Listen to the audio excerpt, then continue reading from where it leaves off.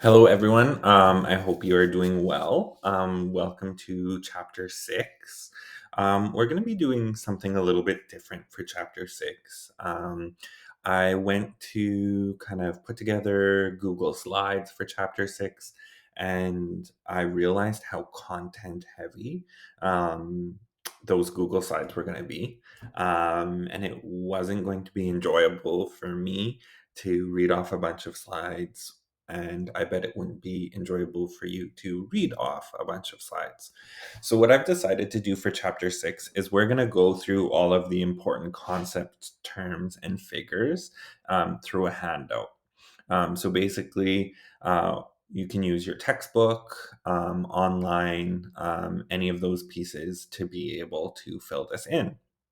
Um, I am going to be kind of copy and pasting and talking about them as we go through. So as you can see on the left hand side is all of the concept terms and figures for this chapter. All the major ones, at least there were some that I took off that I felt weren't super important for you to know. So there was 27 of them, so lots. And then in the middle column, give a definition, explanation, and/or description of the term, concept, or figure. And then in the final column on the right-hand side, you can provide an example, a picture, a connection to another term, or anything of that nature. Okay, so we are going to get started. And at this point, if you prefer to just do this on your own, you can go do it on your own. You can work on it on your own and have me in the background listening to me speak to some pieces, and you can pause it after. Um, do with it as you will. You can follow along and just listen to me. It is totally up to you, whatever you feel is going to be best to be able to get through all of these concept terms and figures. Okay, so my webcam's gonna shut off when I go to the next tab, but I'll be right back. Okay, so we are going to start with robber baron, and this is actually kind of funny, because for the longest time I didn't really know what a robber baron was. I was like, oh, someone who's really wealthy, and it kind of clicked to me for the first time that what makes a robber baron beyond just being a really rich person is that they get and accumulate all of their wealth because of some of their really hardcore business tactics, right? So paying people less than they should be paying them, really poor working conditions, overworking your workers. So you're basically pushing down your workers and not giving them what they need so that you can accumulate massive amounts of wealth. So, robber barons are important in chapter six to outline some of the possible issues with classical liberalism. Because in the lots of chapter six, we're going to be talking about the United States. But in the United States, um, the introduction of classical liberalism was great to start, and there was a lot of great components of classical liberalism. A lot of that free enterprise, the ability to accumulate wealth was very um, fascinating and interesting for a lot of people who came from Europe who didn't have that ability. And then over a bit of time, some of the bad things of classical liberalism started coming to the front. And one of the biggest things with classical liberalism or capitalism is the possibility of exploitation, right? So exploiting some of like the weaknesses in people, society, communities, right? So if I am a robber baron and I see that a community is really struggling to with employment, I might set up my factory in that community and pay them very little because they don't have any other options for work anyway. And that is me exploiting them. So there's a couple people that the textbook mentions as uh, robber barons. The one name that I really recognized was the Rockefeller last name. Um, I've heard that name in a lot of like historical pieces, as well as some movies, and just even today, the Rockefeller family owning lots of pieces of businesses and industries, and so on and so forth. Okay, so that is robber baron. Okay, moving on. Theodore Roosevelt, also known as Teddy Roosevelt, saw this issue with classical liberalism, saw robber barons, and was like, "Hey, we need to fix this." Okay, so I'm gonna throw up his picture in the picture column right here. Wait for it to load. Perfect. Um, so he's characterized with his mustache and his little glasses. Um, one thing with Social 30 is it's really good to be able to recognize people through like specific characteristics, because you'll see them in cartoons and in figures. And so, if you know some of those defining characteristics of them, it'll be easier to point them out and be like, oh, yeah, that's Teddy Roosevelt or Theodore Roosevelt. Okay. I think he was also in one of like the Night at the Museum movies. He was a character, that like a historical character that they brought to life at night in the museum. We talked about him briefly in chapter 3, I think it was. Specifically when we talked about the square deal. Okay.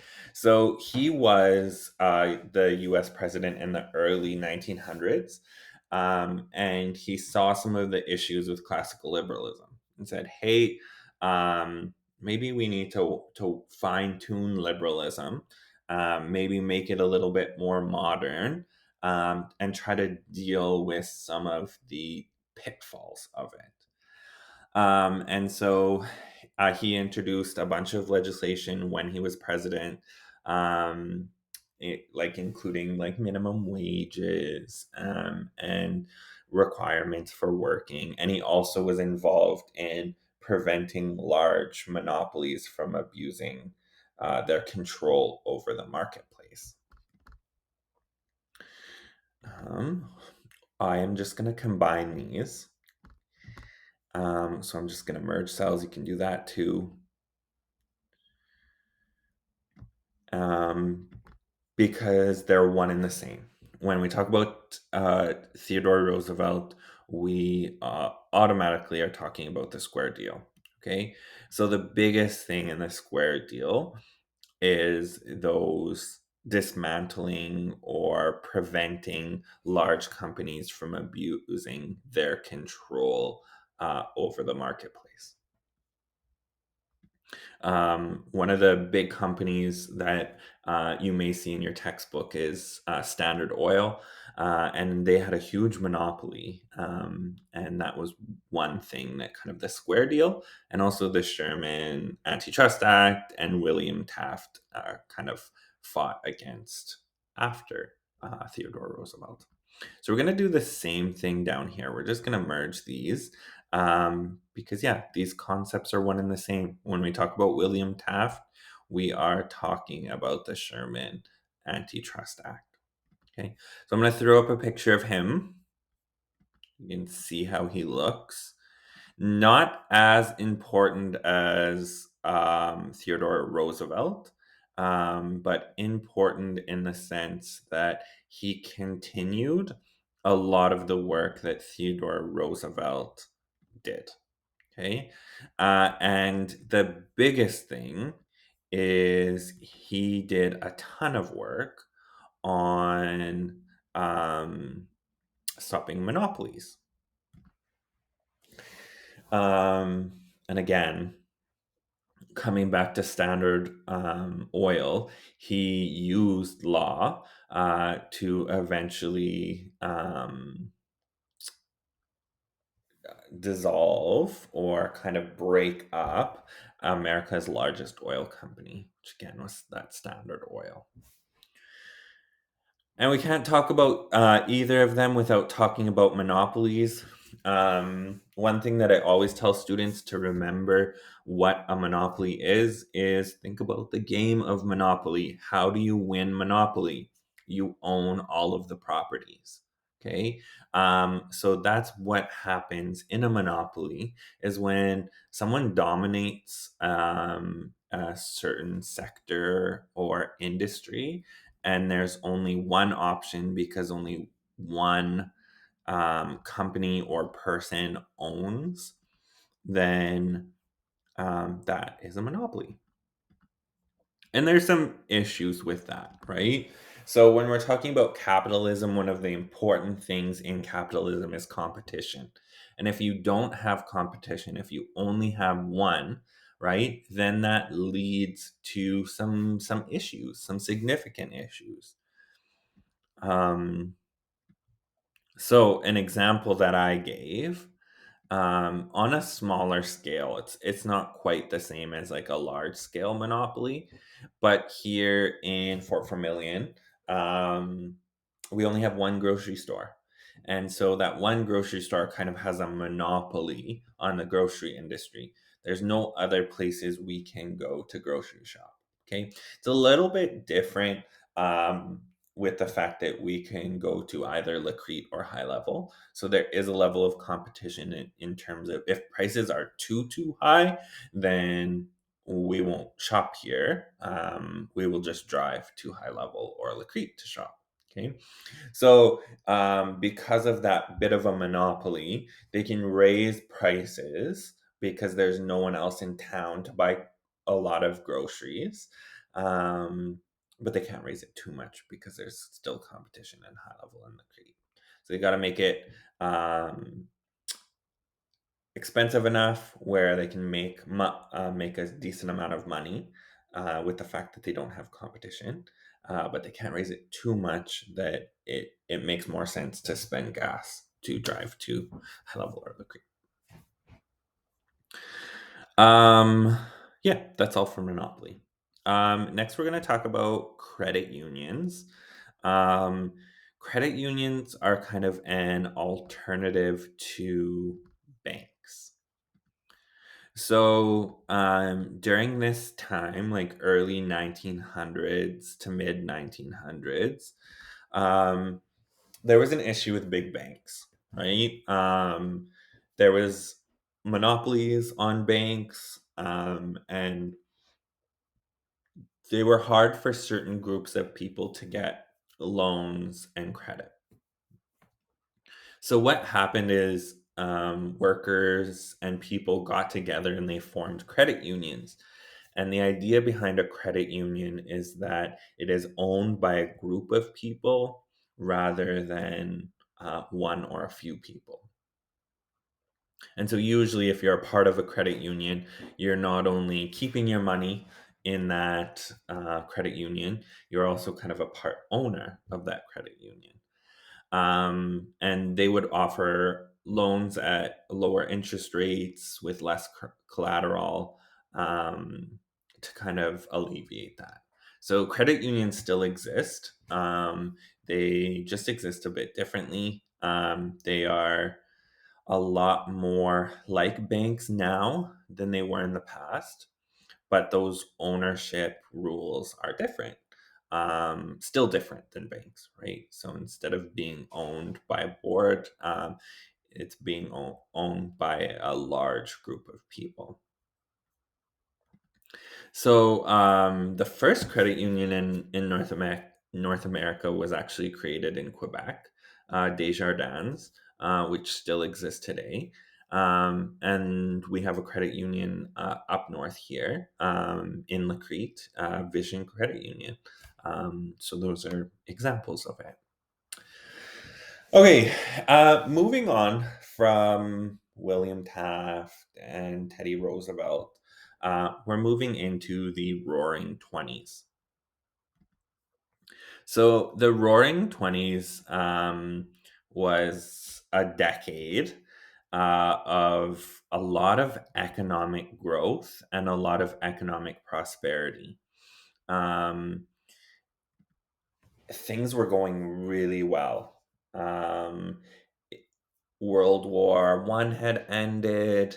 There was all the recovery from that, the boom in construction, especially in North America, where we didn't have any damage from World War I, right? It was actually the United States that was giving loans to European countries to rebuild.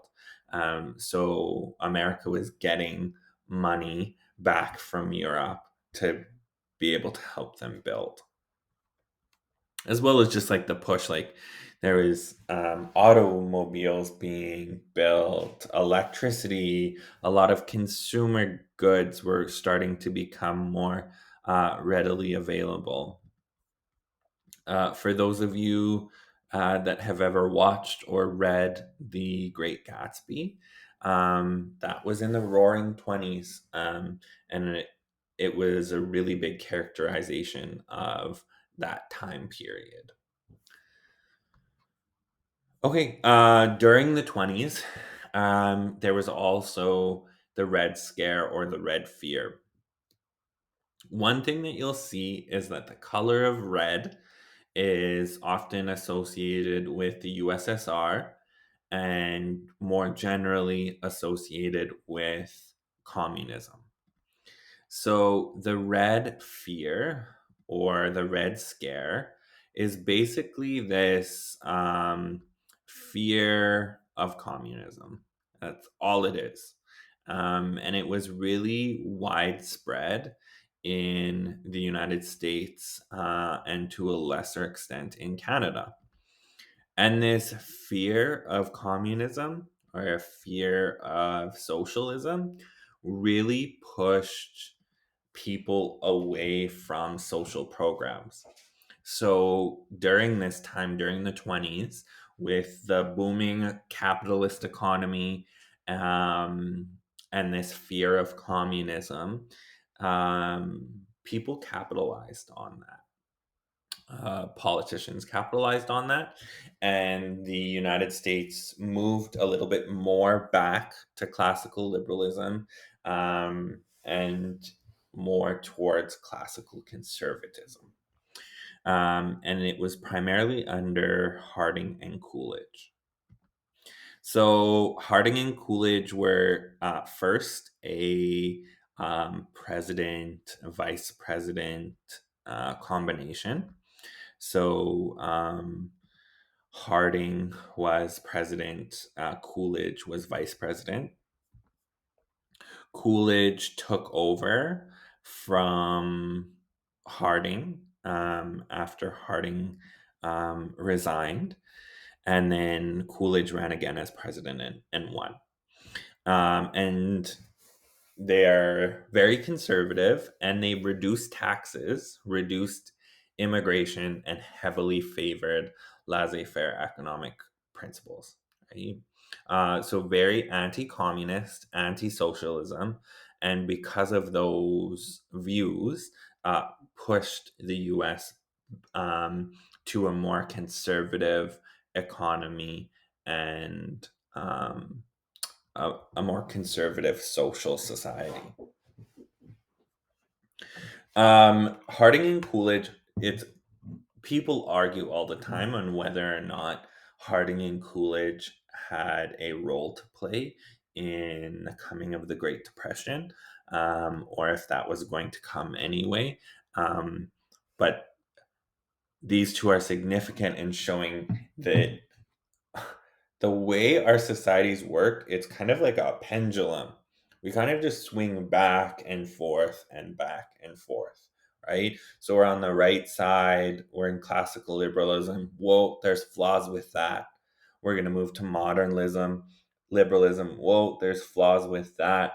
We're going to move to conservatism. oh, there's flaws with that. We're going to move to welfare capitalism. It's just a pendulum that swings back and forth. And you can see that already, right? So we had really classical liberalism, and then there was issues with that, so we moved more towards the left, and we had Teddy Roosevelt and William Taft. And then there was kind of some issues just in terms of like, we want a little bit more freedom, we want to pay less taxes, things are going really well. um, can we move? And so they moved back to conservatism, and more capitalist classical liberal principles. Um, and then you'll see that we'll move back again. Okay. So there's two terms that were really linked to Harding and Coolidge that weren't necessarily economic, and that was isolationism and nativism. So, isolationism is basically where your country kind of retreats into itself. And rather than doing a lot of like kind of global things, you just focus on the country, right? We're not focused on helping other countries. We're not focused on working with other countries. We're just going to kind of work on ourselves. And that's something that Harding and Coolidge um, really pushed, right? America first. We're not going to worry about Europe. We're not going to worry about other places. We're just going to worry about ourselves. We're just going to be worry about the United States. Now, kind of some examples of that. If you remember back to Social 8, you would have talked about Japan, right? Japan practiced isolationism for 200, almost 300 years during the Edo period, right? Where they were completely cut off. They didn't want religion from other places, languages, people. They didn't want to trade with other places. They just wanted to focus on Japan, and that was it. North Korea is currently practicing isolationism. You can't travel into North Korea. North Korean citizens can't travel out of North Korea. There's no media in and out, food in and out in terms of like different cultural foods. Even Donald Trump, for a period you could call isolationist. Just even think of build that wall, right? The process of building a wall to separate yourselves from another country is isolationist. Another thing that they did is nativism, and it's similar to isolationism in the sense that you're putting yourselves first rather than others. Um, and here, what we're doing is we're promoting our own country, right? So reducing immigration, focusing on the dominant culture of our society, that is nativism. So it's happened many times throughout history. In Canada, the best example that I could think of is the Chinese head tax. Basically, Canada for a really long time wanted immigrants from Europe, and they didn't want immigrants from anywhere else. They didn't want immigrants from Asia. They didn't want immigrants from Africa. They just wanted immigrants from Europe. So what they did is like the Chinese head tax. So during the building of the National Railway, they had brought in many Chinese citizens to build the railway, and they stayed. And because they stayed, they wanted family to come to Canada. And so there was an influx in Chinese immigration, specifically in British Columbia. And to kind of try to reduce that, they started charging Chinese people to immigrate here using the Chinese head tax. They also implemented quotas, so only so many immigrants from this country, only so many immigrants from this country, and then they didn't have any quotas from Europe. That happened here in Canada.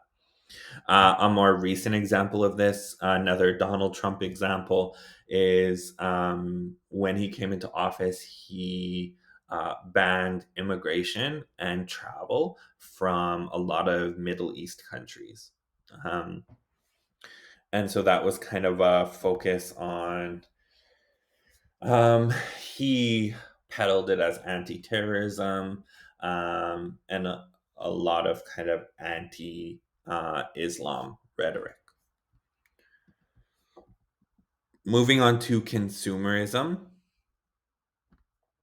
So, when we talk about capitalism, we can't really talk about it without talking about consumerism. And consumerism is that idea that w- we as consumers buy, buy. So, consumerism says, this nice hydro flask, I'm going to buy this nice hydro flask. I'm going to buy this nice iPhone. Buy nice clothes, name brand clothes. Consumerism is a central premise to capitalism, and that consumers are a very, very important part of the economy, and they should be kind of, um, I don't know what the word right now is, suggested, pushed to buy and sell things. Again, with it could be argued whether consumerism is a good thing or a bad thing. But one thing that classical liberalism and conservative or classical liberalism and capitalism bring, that often lots of people look at as a really big downside, is income disparity. So I have this picture here to kind of show some income distribution in the United States. So as you can see, in 1989, the top 10% of income earners held 42% of the wealth.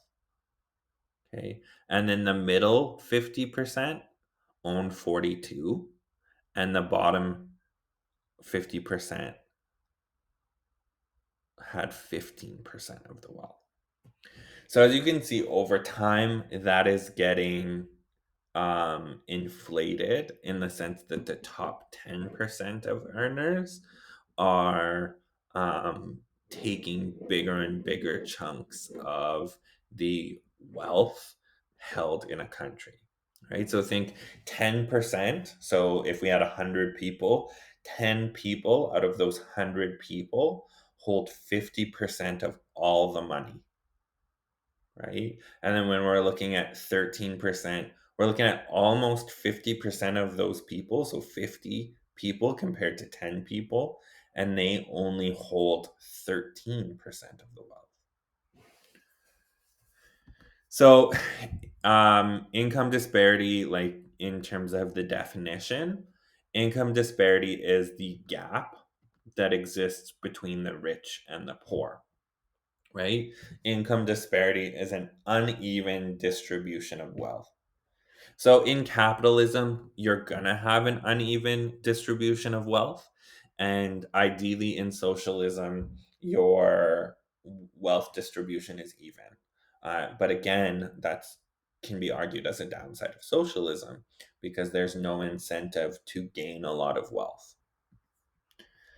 Okay, so after talking about Harding and Coolidge, the Red Scare, the 20s, isolationism, nativism, consumerism, and income disparity, here comes the Great Depression. The Great Depression is very significant. It is a huge turning point in both Canada and the United States, right? Our pendulum swings to the left, but they're also in the Soviet Union and Germany, the Great Depression affected them a certain way too.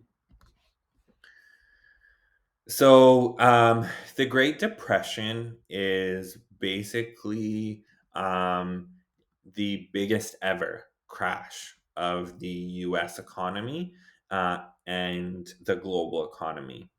Certain countries weren't affected the same way as others, um, but you'd be hard pressed to find a country that wasn't affected by the Great Depression, especially because at that time the U.S. economy was such a major player in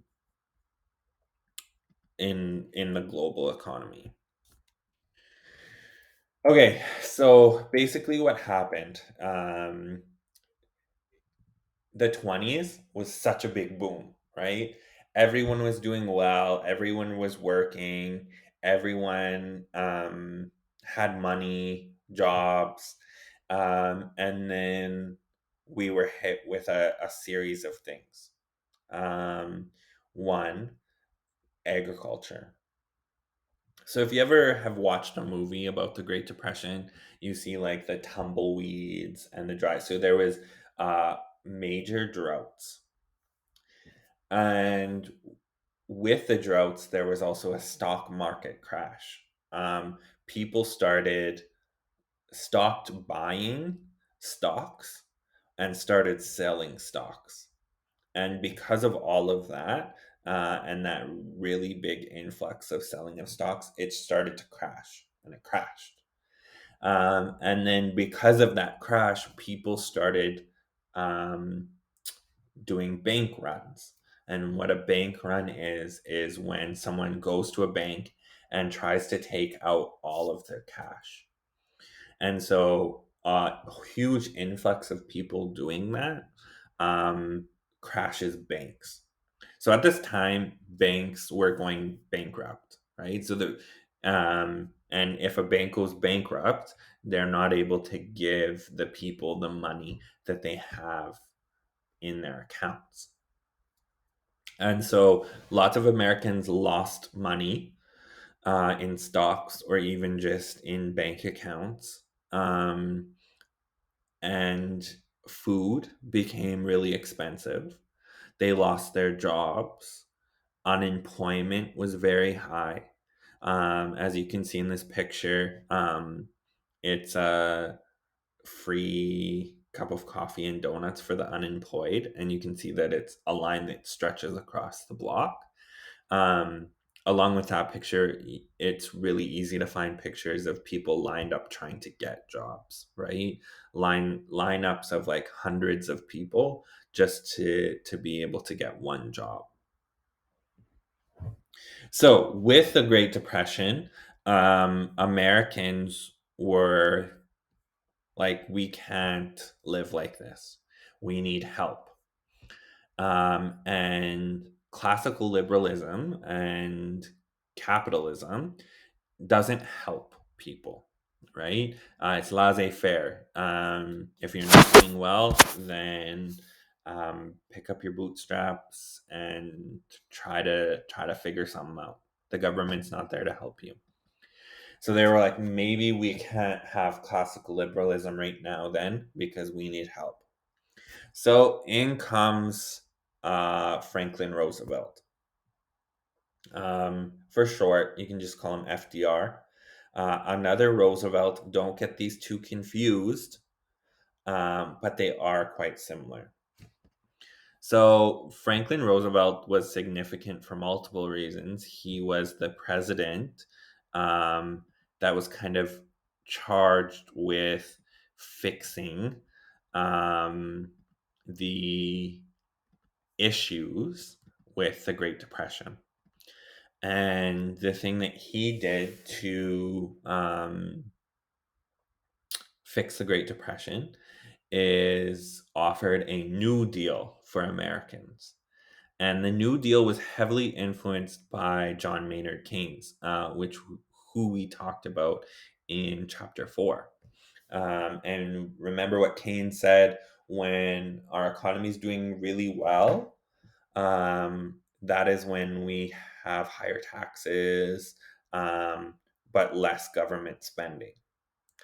And then when our economy dips and goes into a recession or a depression in this case, that's when we lower taxes and we ramp up government spending.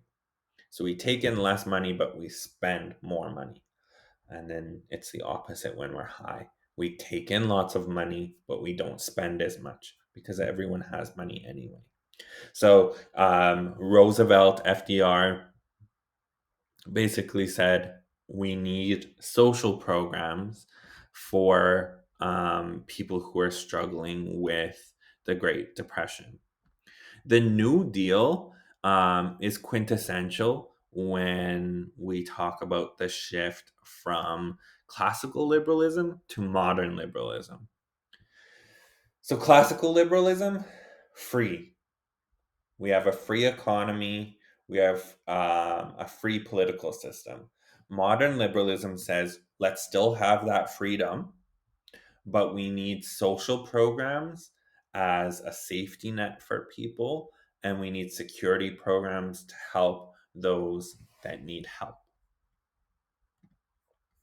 And the New Deal had a bunch of different components, but really what you need to know is there were lots of social programs. So, work pay programs, employment insurance, welfare programs, food stamps, things like that. So, Canada's version of FDR was William Mackenzie King. Um, and Canada seems to really follow the United States with just a couple years difference, right? So, Canada, like the US, had prime minister very similar to Harding and Coolidge, very conservative, immigration reduction, taxes reduction. FDR gets elected in the US, and then William Mackenzie King gets elected a little bit later. He was prime minister like in the 20s, and then wasn't prime minister for a chunk of time, and we had a conservative one, and then he got reelected later on. So he was prime minister in Canada during the Great Depression. He followed very similar policies to FDR, and he was also the prime minister when Canada went off to World War II. This is a picture of him on the right, and FDR on the left. You can see how close they were. So after World War II, World War II was kind of what we needed to get us out of the Great Depression, as well as those social programs that emerged. So that boom in terms of economic activity from the war and that furthering of strengthening social programs um, really created a boom in the post-war economy in North America. There was also tons of government projects to get soldiers back to work after fighting in Europe. So we had an influx of all of these soldiers that had left our economy fighting or doing something in relation to the war. And then all of them come back and they need somewhere to work. So the government put in a lot of um, projects like bridges and buildings and roads to get those people to work. Okay, so talked about kind of the economy of the early 1900s. It was pretty stable after World War II for a couple decades. And after a couple decades, we started having some issues. And one of those issues was stagflation. Um, it's the summer of 2022, and we are also having some concerns around stagflation.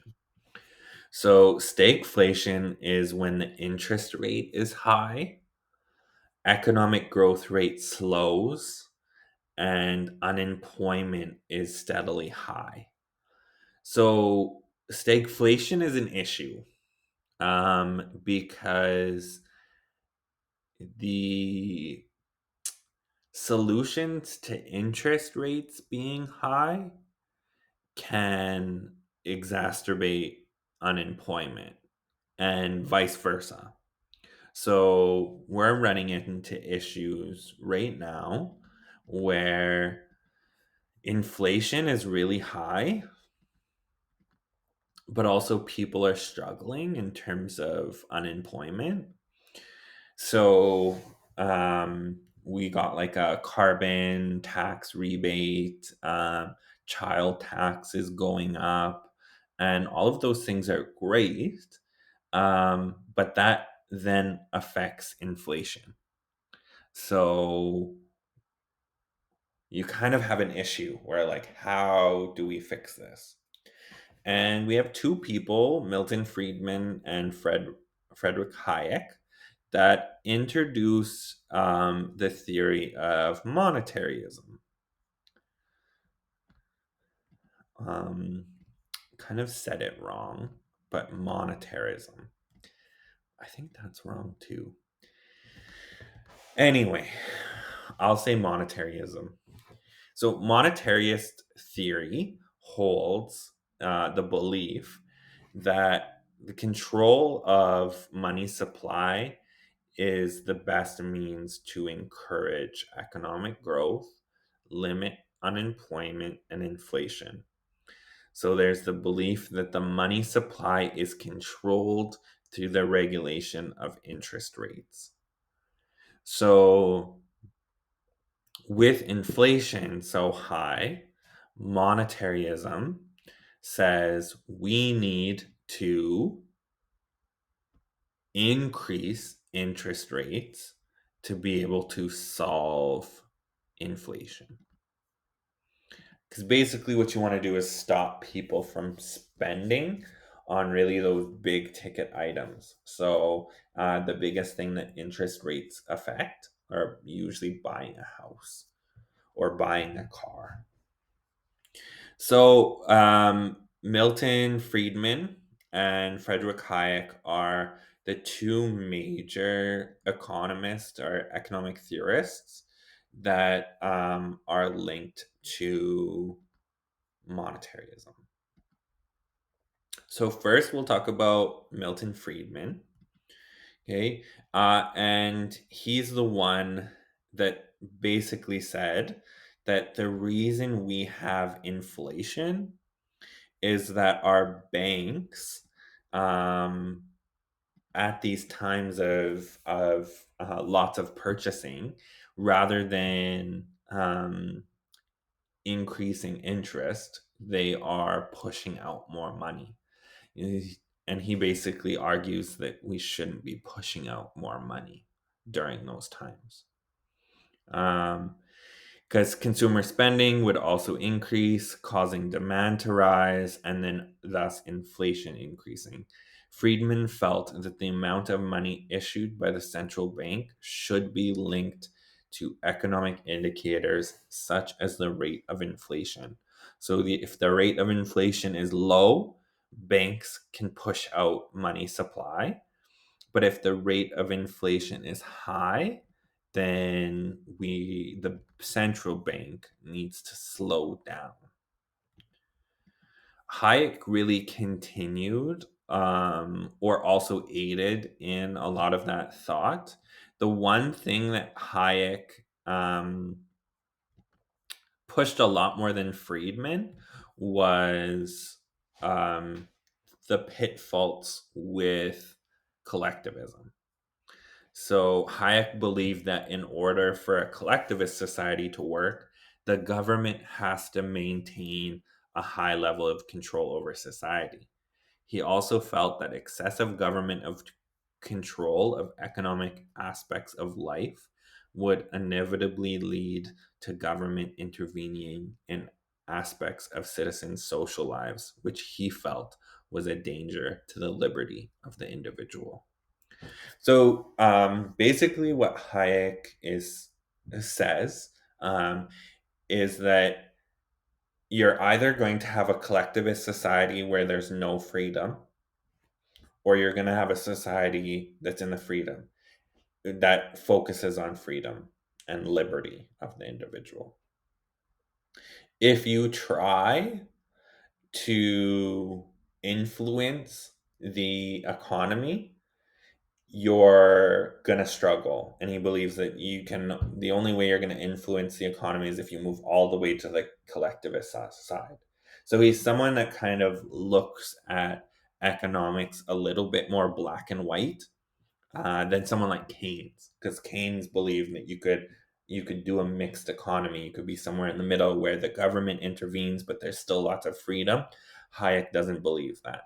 He believes that you just kind of have to set the economy free and let it do what it needs to do. So both Friedman and Hayek influenced political leaders, one being Ronald Reagan. Ronald Reagan was the president of the United States in the 80s, and he came in at a time of high employment and high inflation. So, again, we're having issues in society with our ideological system. The way to solve some of the issues with that ideological system is maybe switch ideological systems or change or respond or reject.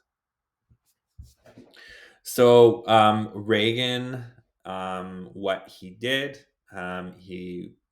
a lot of things that were similar to monetarism, and he reduced income taxes, reduced regulations.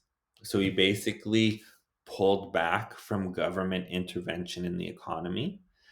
And then he also increased spending on the military. So these policies are known as supply side economics or trickle down economics. And trickle down economics basically means that if you allow businesses or corporations to make lots of money, you shouldn't be taxing them because the money that they spend will help everyone else. So the money will trickle down from the top. Many called this Reaganomics after him. So I have a picture of him here.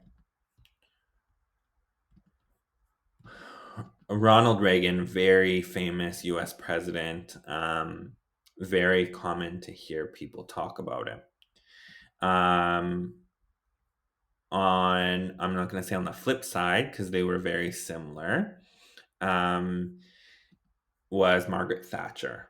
Now, Margaret Thatcher became prime minister a couple of years before Reagan, but was dealing with the same issues in British society, right? Stagflation. Margaret Thatcher's nickname is the Iron Lady.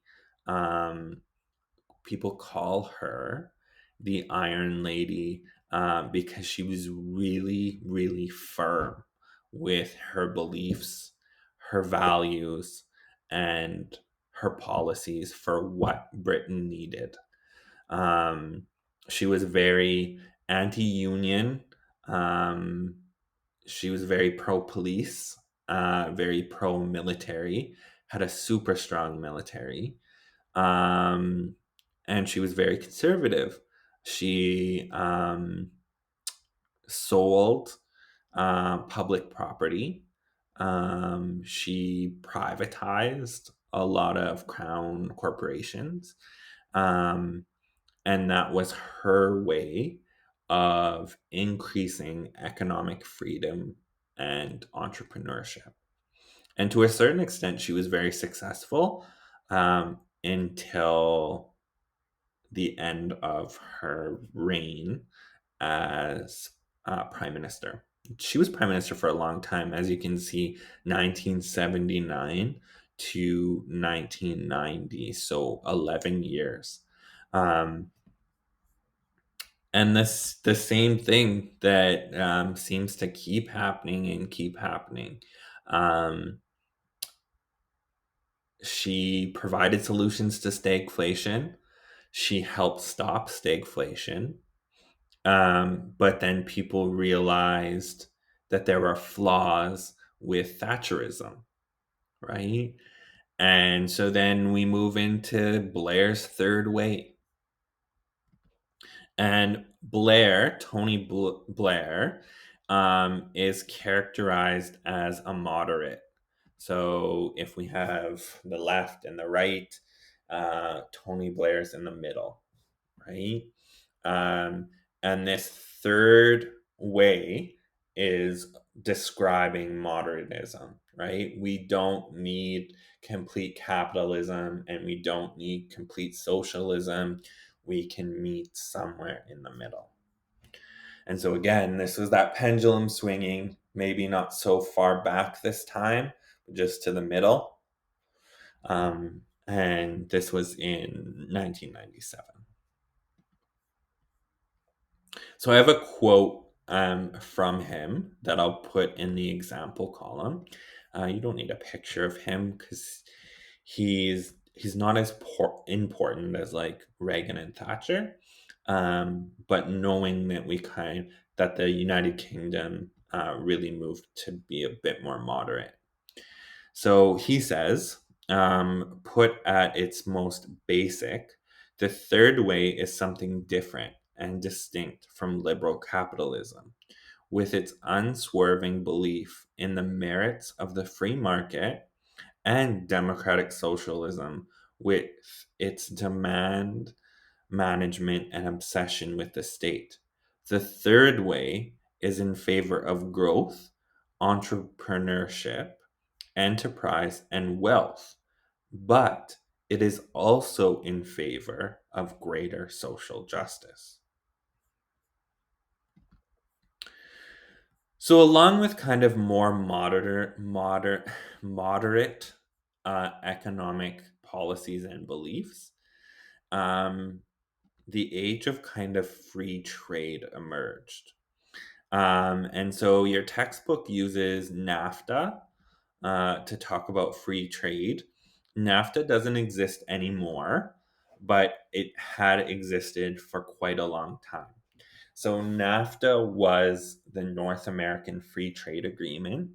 And basically, what it did is it liberalized or removed a lot of trade barriers to importing and exporting between those three countries. So, less taxes on avocados coming in from Mexico or steel coming from Canada to the US or milk products, agriculture products. When Trump came in, Trump hated NAFTA. He felt that it was unfair to the United States. So a new free trade agreement came into power. You can see the picture of Justin Trudeau, Donald Trump, and the Mexican president right there. Um, and it's called the USMCA. So just United States, Mexico, Canada agreement. Okay. That is all. I'm not gonna say that's all, but that's a lot from chapter 6. I hope that this format was okay. If you're struggling with any of these concepts, please let your teacher know, and you can plan maybe a little bit of a lesson with them. The chapter 6 assignment is a little bit bigger as well because of all the concepts in this chapter. So I hope that that chapter 6 assignment really goes well. Okay. Good luck with everything, and you will see me in the chapter 7 lesson.